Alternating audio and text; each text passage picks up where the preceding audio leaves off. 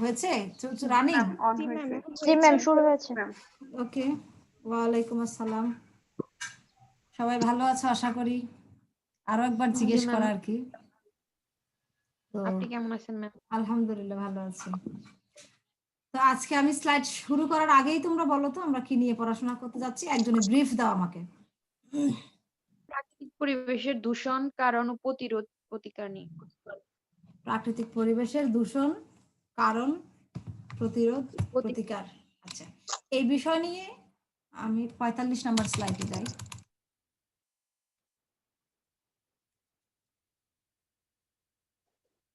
ও এগুলো তো এক নজর দেখে আসি না তোমাদেরকে।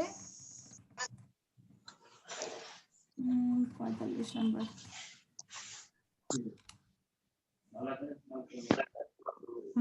সাউন্ড হচ্ছে, কারো গার্ডিয়ান সাউন্ড করছে, একটু কন্ট্রোল করো।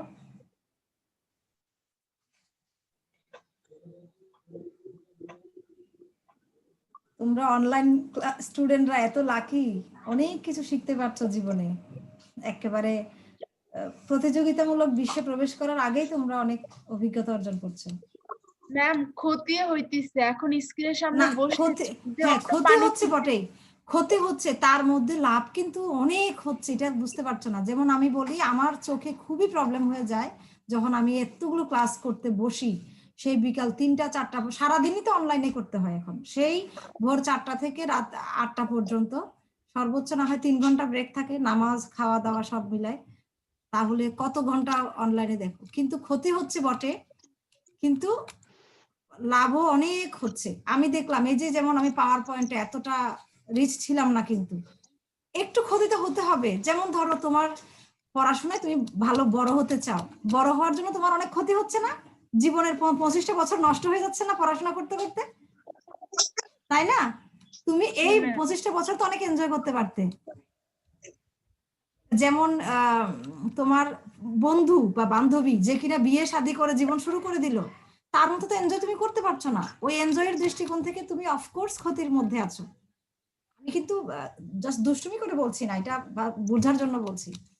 তো এটা দৃষ্টিকোণ অনুযায়ী, অর্থাৎ একটা কিছু পাওয়ার জন্য তোমার একটু করা লাগবে। যেমন তোমার করোনা তোমাকে অনেক কিছু শিখাচ্ছে, কিন্তু অনেক কিভাবে ফ্রেশ থাকতে হয়। আমরা সবাই ফ্রেশ থাকি, কিন্তু আরো মোর কিভাবে কনসাস থাকতে হয়, এবং জীবনের জন্য কোন কোন জিনিসগুলো আমাদের ভালো হবে মন্দ হবে, অনেক কিছু সিগন্যাল দিচ্ছে। এখন হয়তো অনেকের মাথায় আসছে না, কিন্তু যত তুমি করোনার পরে 5 বছর 10 বছর পরে তোমার এই পরিস্থিতিটা মনে পড়বে, স্মৃতিটা তোমাকে অনেক, অভিজ্ঞতাটা তোমাকে অনেক কাজ দিবে ভবিষ্যতে। তো যা হোক, আমরা পাঠ 6-এ প্রবেশ করলাম আজকে, এবং আমাদের এটা লাস্ট পাঠ আজকে, পরিবেশ দূষণ, দূষণ, দূষক। আচ্ছা, তো দূষণটা একটু বলো তো কি জিনিস? দূষণ সম্পর্কে তুমি কি বুঝো, তোমার নিজের বোঝাটা বলে যা দ্বারা পরিবেশ দূষিত হয় তাকে দূষণ। আচ্ছা, পরিবেশ দূষিত হয় মানে কি, কি দূষিত হয়? যেমন তুমি যদি বলো যে যা দ্বারা আমাদের দেশের জলবায়ুটা আমরা জানতে পারি, আসলে কি জানতে পারি? যা জলবায়ু জানতে পারি মানে তাপ কয় ডিগ্রি পরে সেটা জানতে পারি, চাপ কতটুকু পরে সেটা জানতে পারি, আর্দ্রতা কেমন পাই সেটা জানতে পারি। ঠিক এখানেও পরিবেশ, যা দ্বারা পরিবেশ দূষণ হয়, তার মানে কি দ্বারা পরিবেশ, মানে কি এমন জিনিস হলো? একটা উদাহরণ দাও তো। যেমন এই জিনিসটা নষ্ট হয়েছে, এটাকে আমি পরিবেশ দূষণ বলবো, উদাহরণ দাও। বায়ু, পানি, মাটি, বায়ু, পানি। আচ্ছা কারণে আচ্ছা পরিবেশের উপাদান। আচ্ছা, আমি একটু তাহলে দেখি আসি আজকে আমরা কি কি পড়বো। পরিবেশ পড়বো, পরিবেশ দূষণ পড়বো, কাকে বলে পড়বো, পরিবেশ দূষক কি জিনিস, দূষণ পড়বো, দূষক পড়বো, প্রকারভেদ পড়বো, হ্যাঁ পরিবেশ দূষণের প্রকারভেদ, পরিবেশ দূষণের কারণ পড়বো, তারপরে পড়বো হচ্ছে আমাদের কাজ বুঝিয়ে নিব। যদি কেউ বিচ্ছিন্ন হয়ে যাও থেকে একটু দেখে নাও, যদি কোনো কারণে বিচ্ছিন্ন হতে হয়, পরিবেশ দূষণ নিয়ন্ত্রণের উপায় বর্ণনা করতে হবে, আমাদের বাসায় বসে বসে কাজটা করতে হবে। এবং যেহেতু আমরা কারণ পড়বো, কারণ বের করতে পারলে তো তুমি সমাধানটা বের হবে, আমাদের মাথায় আসবেই। তারপরে তোমার এলাকার পরিবেশ কি পরিচ্ছন্ন নাকি দূষিত? যদি পরিচ্ছন্ন হয়, কিভাবে পরিচ্ছন্ন রাখা সম্ভব হচ্ছে, এখানে ডাকা হয়ে গেছে, এটা হবে, যা হোক বুঝোই তো কম্পিউটার টাইপের বিষয়টা, এটা হচ্ছে রাখা, কিভাবে পরিচ্ছন্ন রাখা সম্ভব হচ্ছে, কিংবা দূষিত হলে তার কেন দূষিত হচ্ছে তার কারণ এবং নিয়ন্ত্রণ করার উপায়টা তোমাকে জানতে হবে, এবং আমরা আমাদের মূল্যায়ন করব। মূল্যায়নটা আমি আজকে নিজে থেকে তৈরি করি নাই। 1 নাম্বার আর 2 নাম্বার, ক আর খ নিজে থেকে দিয়েছি, গ আর ঘ তোমাদের বই থেকে দিয়েছি। এই চ্যাপ্টারের অংশ না হয়েও কিন্তু এটা এই চ্যাপ্টারে আসছে। এটা মূলত পঞ্চম অধ্যায়ের প্রশ্ন, এরপরেও এটার সাথে মিলিয়ে দিয়েছে, দেওয়ার কারণটা আমি তোমাকে বুঝিয়ে দেব। তো তো তৈরি হয়ে যাও, মাদক নিয়ে কে কথা বলবে আজকে। তো আমরা আগের জায়গায় ফিরে যাই, আমরা পরিবেশ দূষণ। তার মধ্যে আমি একটু বলে রাখি, আমরা যে আপকামিং চ্যাপ্টার যেটা আমাদের এই সিলেবাস, এই পরীক্ষার সিলেবাসে কোনটা চ্যাপ্টার আমাদের, দূষণ ও দুর্যোগ নামে একটা চ্যাপ্টার আছে, যেটা তোমার দ্বিতীয় পত্রের 9তম চ্যাপ্টার, যেটা 9ম চ্যাপ্টার। তো ওইখানে ওই চ্যাপ্টারের নামই হচ্ছে দূষণ ও দুর্যোগ। তাহলে বুঝতেই পারছো ওখানে আমরা দূষণ নিয়ে আমাদের অনেক পড়াশোনা করব, এবং দুর্যোগ নিয়ে পড়বো, কিভাবে দুর্যোগ ম্যানেজমেন্ট অর্থাৎ ডিজাস্টার ম্যানেজমেন্ট করা যায় সেটা নিয়ে পড়বো। তো যার কারণে এইখানে যে পরিবেশ দূষণ, দেখো এই চ্যাপ্টারে পরিবেশ দূষণ একটা লেসন মাত্র, আর ওইখানে পরিবেশ দূষণ অনেক পুরো চ্যাপ্টারের নামই আছে। সুতরাং বুঝতে পারছো ওখানে আমরা অনেক পড়বো, এখানে আমরা একটু শর্টকাট পড়েই শেষ হবে আমাদের পরিবেশ দূষণটা। তো তাহলে পরিবেশ দূষণ কি, দূষক পড়বো। হ্যাঁ, দূষণ কি জিনিস একটু আগে যে বলেছো তার মতোই পরিবেশের তো অনেক উপাদান আছে। কি কি নিয়ে পরিবেশ গঠিত বলো? মাটি, পানি, বায়ু, এগুলো তো। জি ম্যাম। আচ্ছা, আমি একটু এটা সাইলেন্ট করে দিই। তোমরা অনলাইনে মেসেজ গ্রুপে ইয়ে চলাকালীন মেসেজ দাও, কেন এই চলাকালীন কেউ মেসেজ দিও না, বারবার সাউন্ড আসে। তো দূষণ কোন বিষয়ে বলছিলাম? পরিবেশের মাটি, পানি, বায়ু ইত্যাদি হচ্ছে আমাদের উপাদান। তাহলে এই উপাদানের কোনো একটা উপাদান যদি এমন কোনো অবস্থায় পরিস্থিতির সৃষ্টি হয়, অর্থাৎ মাটি ধরো উদাহরণ দিলে, মাটির মধ্যে যদি এমন কোনো কিছু অনুপ্রবেশ ঘটে, এমন কোনো পদার্থের অনুপ্রবেশ ঘটে, কিংবা এমন কোনো পদার্থ মাটি থেকে যদি চলে যায়, না থাকে, যেই কারণে যেই এমন কোনো পরিস্থিতি হয় যে পরিস্থিতির কারণে জীবজগতের ক্ষতির কারণ হয়ে দাঁড়ায় মাটিটা, তখন তাকে বলবো পরিবেশ দূষণ, অর্থাৎ পরিবেশের ওই উপাদানটার দূষণ, মাটির দূষণ। আমরা একটু দেখি, দেখো তো, পড়ো তো দেখি এটা আমার কথার সাথে মিলেছে কিনা। পরিবেশের এমন কোনো পরিবর্তন যা জীবজগতের ক্ষতির কারণ হয়ে দাঁড়ায়। হ্যাঁ, তাকেই বলে পরিবেশ দূষণ। বইতে তো আরো ডিটেল করে আছে, তো ডিটেল করে আসলে তোমার কঠিন মনে হতে পারে, কিন্তু সহজ। তুমি দেখো পরিবেশের এমন কোন পরিবর্তন, তাহলে পরিবেশের কি কি আছে, তুমি এই এই সংজ্ঞাটাকে ডিটেল পড়লেই হয়ে যায়। আমাকে বর্ণনা করো তো, পরিবেশের অর্থাৎ মাটি, পানি, বায়ুর এমন কোন পরিবর্তন কিংবা এমন কোন রাসায়নিক পদার্থ কিংবা অন্য পদার্থের অনুপ্রবেশ ঘটা যেগুলো কিনা জীবজগৎ মানে কি মানুষ এবং অন্যান্য উদ্ভিদ, প্রাণী ইত্যাদি, মানুষ এবং অন্যান্য প্রাণীর জন্য স্বাস্থ্যের ক্ষতি হয়ে দাঁড়ায়, চলাফেরার জন্য ক্ষতির কারণ হয়ে দাঁড়ায়, তাকে পরিবেশ দূষণ বলে। অর্থাৎ দূষণকে তুমি চাইলে অনেক লম্বা করে বলতে পারো, যেটা বইতে লম্বা করে আছে। বইয়ের লম্বা দেখে কেউ ভয় পেয়ে যাবে না, লম্বা মূলত ওটাই বললাম। পরিবেশে বলতে গিয়ে উপাদানগুলো বলবে, পরিবর্তন বলতে গিয়ে কোন কিসের জন্য পরিবর্তন, রাসায়নিক পদার্থের যোগ বা বিয়োগ হওয়ার জন্য পরিবর্তন। হ্যাঁ, যেমন ধরো পানি, পানিতে যদি আর্সেনিকের অনুপ্রবেশ ঘটে সেটা দূষণ হবে। আবার যদি পানিতে যে পরিমাণ পিএইচ মান থাকা দরকার, যে ক্ষারত্ব থাকা দরকার, হ্যাঁ, সেটা না থেকে যদি কোনো কারণে কমে যায়, তাও হয়ে যায় ওই যে ইকোসিস্টেমের মতো। ধরো ইকোসিস্টেমে আমরা দেখি ছোট প্রাণী, বড় প্রাণী, আরো বড় প্রাণী। ধরো ছোট মাছগুলো খেয়ে বড় হয় বড় মাছ। এখন কোনো কারণে যদি আমরা ওখানে এমন অবস্থা হলো যে ছোট মাছ উৎপন্ন হচ্ছে না, ছোট মাছ বেশি হতে পারছে না, ছোট মাছের খাবার নাই কোনো কারণে, সালোক সংশ্লেষণ হচ্ছে না উদ্ভিদের, উদ্ভিদের না হলে ছোট কীট উৎপন্ন হবে না, কীট উৎপন্ন না হলে ছোট মাছ বাড়বে না, ছোট মাছ না হলে বড় মাছ কোত্থেকে আসবে, বড় মাছ না হলে আমরা খাবো কোত্থেকে। অর্থাৎ কোন একটা চেইনের, ওই চেইনের কোন একটা উপাদান যদি ডিস্টার্ব হয় পুরো চেইনটাই ফল করবে। তো ঠিক দূষণও এরকম, যদি এমন কোনো পরিবর্তন হয় যেটা মানব জাতি কিংবা অন্যান্য জীবজগতের জন্য ক্ষতিকর, সেটাকে দূষণ বলা হয়। এটা উদাহরণটা পরে দেখি, হট্টগোল, দুর্গন্ধ দুর্গন্ধ ইত্যাদি। ইত্যাদি। তোমরা তো পরিবেশ দূষণের উদাহরণ হিসেবে অনেক কিছু জানো কমন, সে কারণে আমি একটু আনকমন শব্দ নিয়ে আসছি, যে হট্টগোল কিভাবে আবার দূষণ, দুর্গন্ধ কিভাবে আবার দূষণ হতে পারে, সেটা একটু তোমাদের মাথায় চিন্তা আসার জন্য আমি এই শব্দগুলো নিয়ে আসছি। ধরো তুমি ঘুমাচ্ছ, লাউডলি বা তুমি রোগী বাসায়, হ্যাঁ, বা তোমার বাসায় একজন বৃদ্ধ মানুষ আছে, রোগী বা অনেকে আছে যারা কিনা পাশে কিনা অনেক লাউডলি স্পিক করছে, অবশ্যই পরিবেশ দূষণ সেটা। তারপরে অনেক বিয়েতে অনেক অনুষ্ঠান চলছে, ওই বিয়ের যে প্লেস, এই control your sound please, who is talking?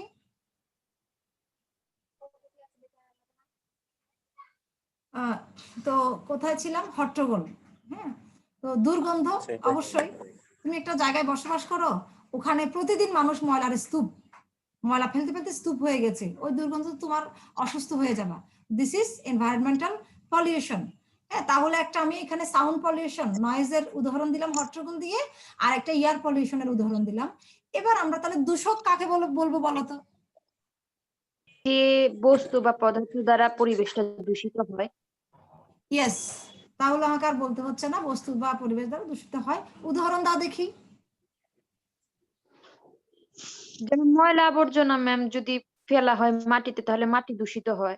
হ্যাঁ আবার তুমি, পানিতে যদি পয়জন ফেলা হয় তাহলে। হ্যাঁ ইয়েস, এখন তুমি আরো স্পেসিফিকলি বলো, যেহেতু তুমি অনেক এখন ইউ আর এডাল্ট নাও, হ্যাঁ, ইউ আর ওল্ড এনাফ নাও, এখন অনেক বড় হয়েছো, এখন আর সেই ছোট বাচ্চাদের মতো গুলো বললে হবে না কিন্তু।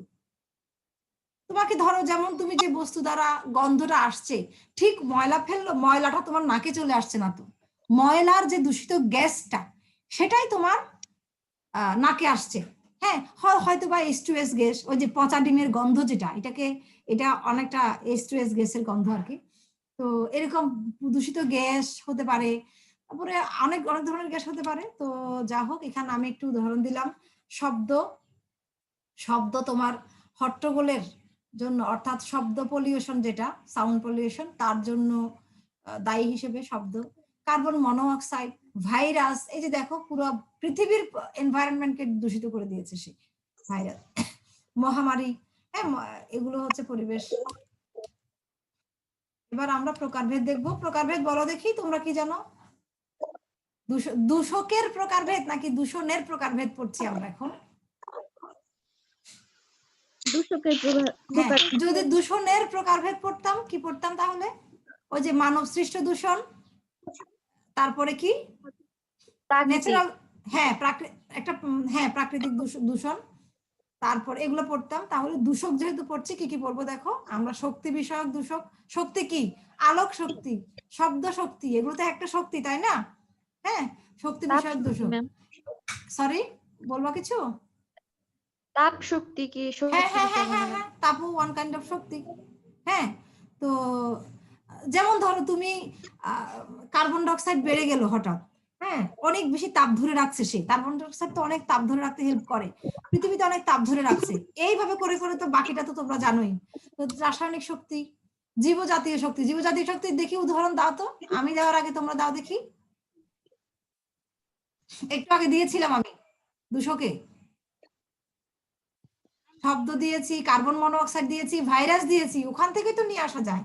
শব্দ হচ্ছে ধরো শক্তি বিষয়ক শক্তি, কার্বন মনোঅক্সাইড রাসায়নিক বিষয়, রাসায়নিক শক্তি। জীবজাতীয় শক্তি কি? Virus, bacteria. তুমি প্রতিদিন ধরো পানি ব্যবহার করো, হ্যাঁ, ওই পানিতে হঠাৎ করে কোনো কারণে ব্যাকটেরিয়া বেড়ে গেল, ভাইরাস বেড়ে গেল, ওই পানি তোমার জন্য দূষিত হয়ে গেল, তুমি ওই পানিটা ইউজ করতে পারছো না।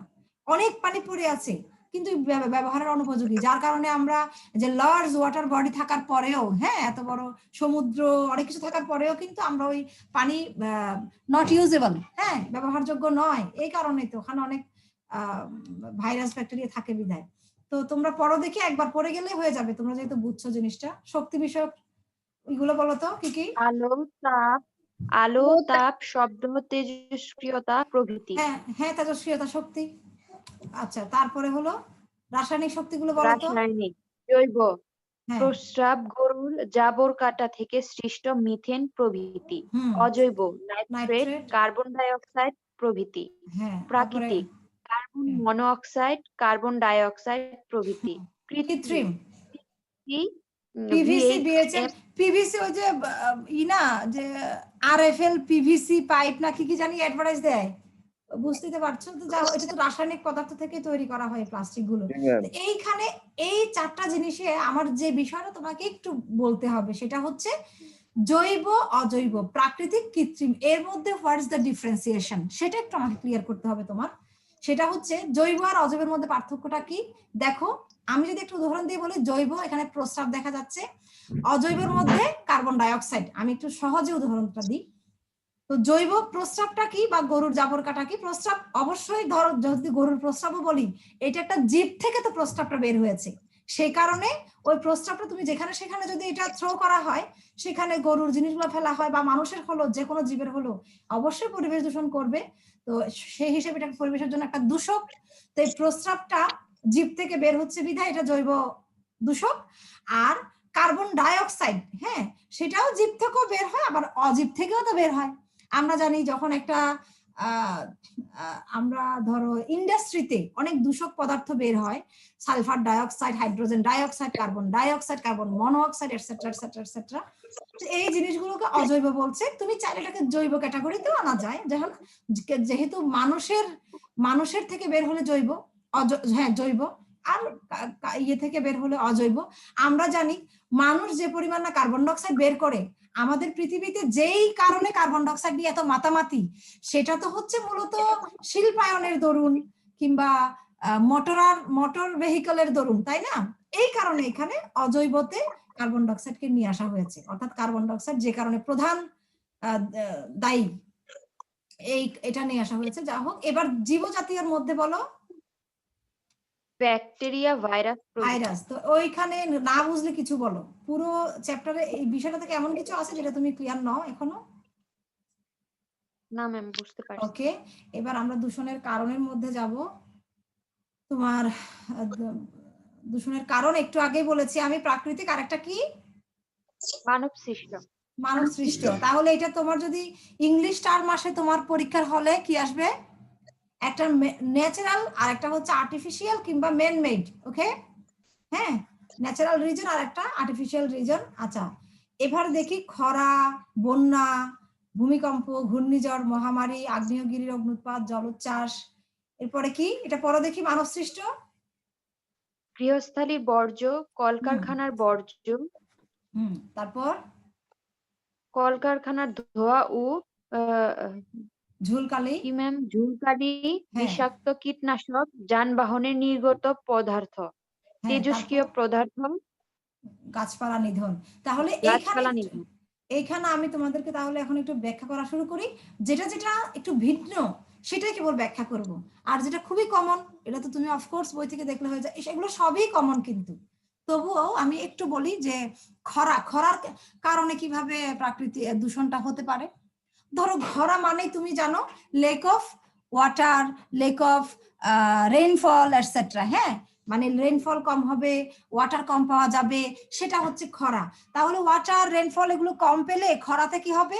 জীবজন্তু মারা যাবে, গাছপালা হবে না ঠিকভাবে। তো যেহেতু লেক অফ ভেজিটেশন, অর্থাৎ গাছপালা হবে না, মানুষ খেতে পারবে না, জীবরা খেতে পারবে না, প্রাণীরা খেতে পারবে না। তো সেক্ষেত্রে এই যে খাদ্যের অভাবে কিংবা ভেজিটেশনের অভাবে মানুষ মারা যাবে, জীব মারা যাবে। এই জীবজন্তুগুলো মারা গেলেই তো বুঝতে পারছো ওখান থেকে যে দুর্গন্ধ বের হবে, নানান ভাবে পলিউটেড হবে এটা। এরপরে বন্যার ক্ষেত্রেও একই। এটা তো লেক অফ ওয়াটার বলেছি, ওটা হচ্ছে ওভার ওয়াটার, তাই না? এই যে বন্যা কি ওভার ওয়াটারও সেম হবে। কোনো বলে না excess is not good, always bad for everything. হ্যাঁ, এক্সেস। তো যে কোনো কিছু ওয়াটার কম হলেও যেমন সমস্যা, বেশি হলেও সমস্যা হচ্ছে। তো বন্যাতে তো কি পরিমাণ মারা যায়, কেন মারা যায় খুব ভালো আমরা জানি, যেহেতু আমরা বন্যার দেশের মানুষ। এরপরে ভূমিকম্প বলতে পারি, একই সেন্স ভূমিকম্পের জন্য। ভূমিকম্প তোমরা জানো it's one kind of disaster, দুর্যোগ। হ্যাঁ, ভূমিকম্প অনেক মানুষ মারা যায়, জীব জন্তু মারা যায়। ওয়ার্নিং চলে আসছে। আচ্ছা, আবার যাই। আচ্ছা, তো তাহলে ঘূর্ণিঝড় সেম কাইন্ড অফ থিং। হ্যাঁ, তাহলে মহামারী কি, এই যে এখন চলছে। এখন তো বাবা বিজ্ঞান চলে আসছে, প্রযুক্তি অনেক অ্যাডভান্স, সে কারণে তোমরা ওই যে বললাম না, তোমরা অনেক প্রযুক্তির যুগ, সে কারণে কম বুঝছো।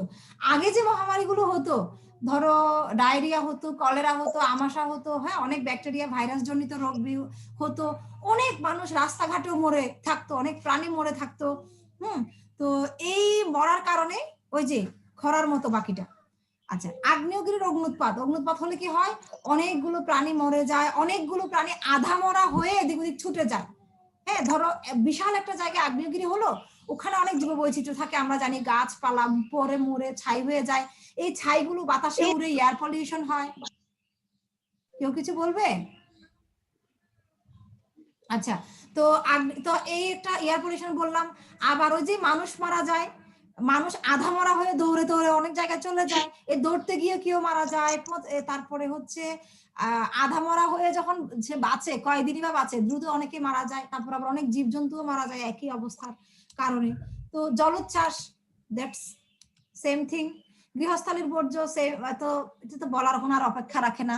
কলকারখানার বর্জ্য, বিশেষ করে কলকারখানার বর্জ্য আর গৃহস্থালির বর্জ্যের মধ্যে পার্থক্য কি, কলকারখানার বর্জ্য কিন্তু অনেক কেমিক্যাল, হ্যাঁ, পলিউটেড কেমিক্যাল, পয়জনাস কেমিক্যাল, বিষাক্ত কেমিক্যাল থাকে এখানে বর্জ্য।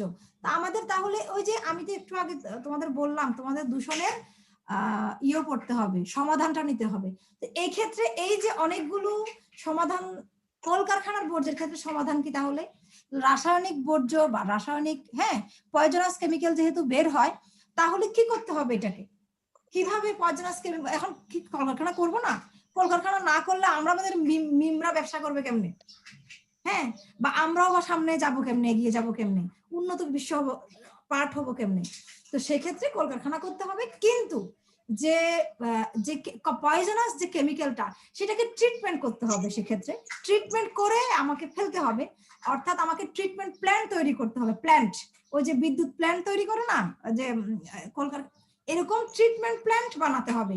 সরকার কিংবা দেশের কর্তৃপক্ষ যখন একটা এলাও করবে, একটা কলকারখানা, কেউ যখন একটা কলকারখানা বানাতে চাইবে, তখন তাকে এই রিকোয়ারমেন্ট গুলো দেওয়া লাগবে যে শুধু তোমাকে বানালে হবে না, তোমার বর্জ্যগুলো প্রপারলি ই করার জন্য, ডিসপোজ করার জন্য, ফেলার জন্য তোমাকে ট্রিটমেন্ট প্ল্যান করতে হবে। হ্যাঁ, তো এরপরে হচ্ছে কলকারখানার ধোঁয়া ও কালি, এটা তো বুঝোই। তো বিষাক্ত কীটনাশক, তারপরে যানবাহনের নির্গত ধোঁয়া, এগুলো তোমরা অনেক আগে থেকে পড়ে আসছো, বইতে একবার দেখলে হয়ে যাবে। বইতে আরো অনেক আছে, কিন্তু এগুলো তোমরা যত নিয়ে আসবে তত তোমাদের জন্য ভালো, কারণ পরীক্ষার হলে তোমার এত কিছু মনে থাকবে না। অ্যাটলিস্ট তুমি যদি 20টা শিখো, 10টা মনে আসলে, 40টা শিখো তাহলে 20টা আসবে। হ্যাঁ, কিন্তু এই কয়টাই যদি শিখে শেষ করে দাও, এটা তো আমি টিচার হিসেবে তোমাদের একটা স্যাম্পল দিলাম মাত্র, কিছু ছোট ছোট এক্সাম্পল দিয়ে বুঝিয়ে দিলাম যে কয়টা আছে। তোমার আরিফুর রহমানের অনেক আছে, আমি এইটা কিন্তু মুয়াজ্জম থেকে নিয়েছি একটু কম হওয়ার জন্য, শর্টকাটে। তো আমরা কাজ দেখি, তোমরা স্ক্রিনশট নিলেও নাও, লিখে নিলেও নাও, একটু পরে দেখে আবার কাজটা কি। পরিবেশ দূষণ নিয়ন্ত্রণের উপায় বর্ণনা করো। তোমার এলাকার পরিবেশ কি পরিচ্ছন্ন, দূষিত? কিভাবে পরিচ্ছন্ন রাখা সম্ভব হচ্ছে? দূষিত হলে কারণ এবং নিয়ন্ত্রণের উপায় বিশ্লেষণ করো। এখানে মূল প্রশ্ন হচ্ছে তোমার এটা, পরিবেশ দূষণ নিয়ন্ত্রণের উপায় বর্ণনা করো। বাকিটা কিন্তু আমি একটু তোমাকে একটু উদ্দীপক দিয়েছি, উদ্দীপকের মতো।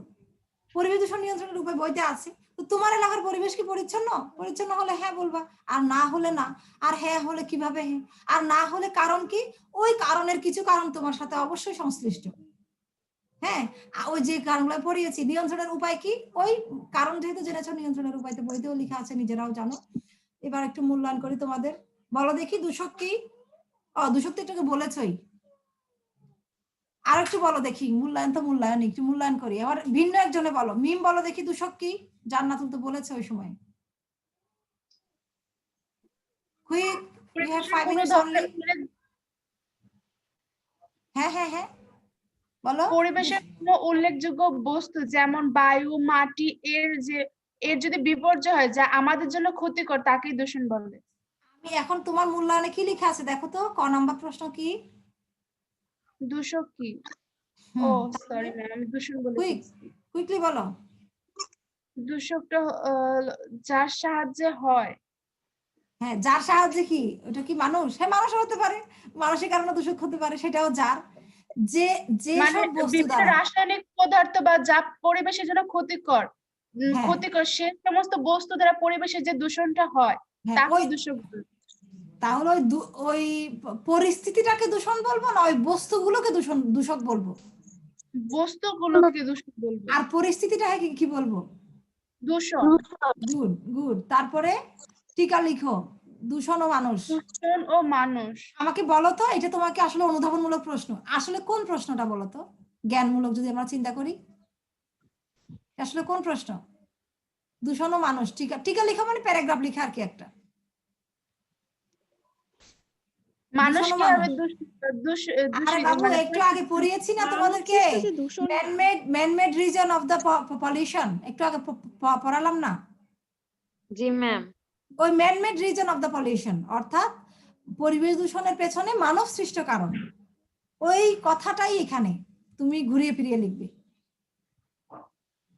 ওকে, ক নাম্বার প্রশ্ন দেখো তো, ইঙ্গিতকৃত ঘরটি, ইঙ্গিতকৃত ঘরটি তাপ বৃদ্ধিতে বৃদ্ধিতে, কিরূপ ভূমিকা রাখে তাহলে আমাকে ব্যাখ্যা কি করো। খুঁজতে হবে? একটা ঘর খুঁজতে হবে। হ্যাঁ, তারপরে ঘ নাম্বার পড়ো, দ্রুত পড়ো, ইউ হ্যাভ 3 মিনিটস অনলি। উক্ত ঘরের প্রতিক্রিয়ার প্রভাব তোমার মাতৃভূমির আলোচনা করো। তাহলে ও একবার তাপ বৃদ্ধির কারণ বের করতে হবে, আর একবার প্রতিক্রিয়ার প্রভাবটা বের করতে হবে। ঘরটা কি? Green house. আচ্ছা, তোমাকে হয়তো বা পরীক্ষার হলে আলোক রশ্মি শব্দটা দিবে না, কাচের ঘর শব্দটাও দিবে না, উদ্ভিদ শব্দটাও দিবে না। ছবি দেওয়াটাই না দেওয়াটাই ভালো। আমি হলে এভাবে দিব, পরীক্ষার হলে শুধু ঘরটা দিবে, তোমাকে বুঝতে হবে। তো এই ঘরটা কি, ইঙ্গিতকৃত বিষয়টা কি, কাচের ঘর না আর কি? কাছের ঘর। ইঙ্গিতকৃত বিষয়টি হচ্ছে গ্রিন হাউস প্রতিক্রিয়া। তোমার এখানে দেওয়া আছে কাচের ঘর, কিন্তু এর দ্বারা তোমার গ্রিন হাউস প্রতিক্রিয়া বোঝাচ্ছে। কাচের ঘর মানে কি, এই বিষয়টা হচ্ছে শীত প্রধান দেশে, হ্যাঁ, যেখানে বেশি শীত, সেখানে কি করে এত ঠান্ডা, ওখানে তো গাছপালা সহজে হয় না। তা ওখানে কি করে, আমরা যেমন বাঁশের বেড়া দিই, সবজির ভেজিটেশনের চারিদিকে দিই না, আমরা যে ফসল ফলাই চারিদিকে তো বাঁশের বেড়া দিই, ওরা কি করে কাচের বেড়া দেয়। বুঝতে পেরেছো এবার? আচ্ছা, তা আমরা যে ফার্মের মুরগি পালি কিভাবে দিই, চারিদিকে বেড়া দিয়ে উপরে আবার ছাউনি দিই, মাঝখানে কি করি, লাইট দিই, কারণ আলো লাগে ওদের জন্য। হ্যাঁ, তাহলে ঠিক ওই উন্নত বিশ্বে ওই আমরা যে ফার্মের মুরগি দিই, মনে করো কারো বাসার ছাদের উপরে ফার্মের মুরগি, চারিদিকে বেড়া, উপরে ছাউনি, মাঝখানে আবার লাইট দিচ্ছে। উন্নত বিশ্বেও তাই, মানে শীত প্রধান দেশেও তাই করে, চারিদিকে কাঁচ, উপরেও কাঁচ, উপরে সূর্যের আলো পড়ে, আলো পড়লে কি হয়, কাচের কি, কাচের বৈশিষ্ট্য, সে আলো যে রিসিভ করে যাওয়ার সময় দ্রুত ছাড়তে পারে না আলোগুলো, মানে যে পরিমাণ দ্রুত ঢুকে সে পরিমাণ দ্রুত বের হয় না। তাহলে সূর্য এসে আলো দিয়ে যাচ্ছে, রাত্রেবেলা ঠিকই আলোটা একটু তাপটা রয়ে যাচ্ছে, কাচের ঘরে তাপাবদ্ধ করছে। ঠিক একই প্রক্রিয়াটা আমাদের পৃথিবীতে হচ্ছে, সূর্য দ্রুত পড়ছে, কিন্তু কার্বন ডাইঅক্সাইড এমন একটা কাজ করে দিচ্ছে আমাদেরকে। হ্যাঁ, ওই কাচের ঘর যেমন তাপটাকে ধরে রাখে সূর্য না থাকলেও, কার্বন ডাইঅক্সাইড সেই কাজটাই করছে, কিংবা এরকম পলিউটস গুলো, দূষক গুলো সেই কাজটাই করছে, তাপটা ধরে রাখছে, সহজে যেতে দিচ্ছে না। সেই কারণে আমাদের গরম বাড়ছে, আমাদের স্কিন ক্যান্সার বাড়ছে, এটসেট্রা এটসেট্রা। টাইম ইজ একেবারে শেষ। তোমাদেরকে যদি এটা ক্লিয়ার করে দিতে পেরেছি, তোমরা বাকিটা পড়তে পারবে। জি বলো আমাদের, শোনো, আমাদের মাতৃভূমির প্রভাব, ওই যে সি রাইজ হবে, সি লেভেল রাইজ হবে, সমুদ্রর ওইদিকে, কক্সবাজারের ওইদিকে উপকূলীয় অঞ্চল তলিয়ে যাবে, এই বিষয়গুলো আর কি। তো যা হোক, আমি একটু গ্যালারিতে গিয়ে তোমাদের সাথে দ্রুত কথা বলি। বলো কি বলতে চাচ্ছ, বলো। আমি আচ্ছা, আজকে আমরা কি কি শেষ করলাম বলো? দূষণ দেখলাম, দূষক দেখলাম, প্রকারভেদ দেখলাম দূষকের এবং দূষণের, আমরা একটা বাড়ির কাজ নিলাম, মূল্যায়ন করলাম, এটাই হচ্ছে আমাদের। আর ক্লাস রিলেটেড এ পর্যন্তই, তোমাদেরকে ধন্যবাদ। এবার তোমাদের কথা বলো। ম্যাম, ওই যে গ নাম্বারটা দেখালেন না, ওখানে গ নাম্বারটা যদি প্রশ্নটা লিখি, তাহলে কি চিত্রটা আর্ট করব? না, চিত্রতে দেওয়া আছে, তোমার আর আর্ট করার প্রয়োজন নাই, চিত্র দেওয়া আছে, দিলেও তুমি নাম্বার পাবে না, না দিলেও নাম্বার পাবে না, মানে নাম্বার